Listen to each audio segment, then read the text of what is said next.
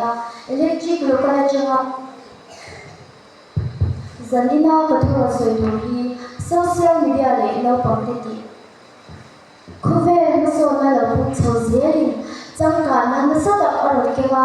kongshang shanga maso na miro then kan ti walin sungzinga chuan social media kan ti po hi aroten ani social media kan ti chuan internet kan tanga inpia po na le kan mi ti chei thura thil mu lam ta tu an phau chuan mun ti ila kan soi sual tam lawang social media chuan kan phutang mun nasadakin aroti dang lama khove le diam de ya thil po mikhakar lagi kan lo shi be theta YouTube Instagram Facebook heng hi heng raya kan share da le kan man na satwa de ani karinga heng hi an na so na tam tak mi to chen kan iwain nan thiam lo e ro chuan thil poi tak thin thei ni no pang ten na po a che zo in po sadak ani thil ani no pang chia le tha na thia sham thiam lo ten internet kan han lu chuan mi chi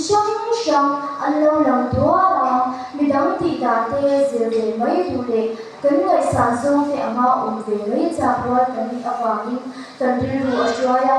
chu chuan swal ko ma shwai ta ani social media kan khoi tam awangin kan zirla le thabudang chachar ai phone khoi te kan thanga chu chuan kan zirla ya la chha kan ni thin chi ani chu mai ba ka social media kan khoi tam awangin chenwa tom kan thiam wa mi zinga infection na le ma ni po in halwa theya te a then thei bo thiam thu a kan han en chuan Israel ro wi ta thiam le po in ka thin lung ang pumi ati hia na le da su ya pu wala ya mu awangin sual atuwa sual dang shin zelin uria chu atha angai phata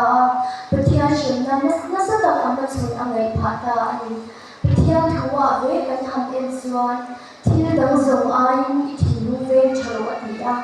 kan thinu ve chalo suan kan ne twa na le kan ru kan ti thiang ni amaya kan hu le kan shat po kan ti thiang ni amaya ni le los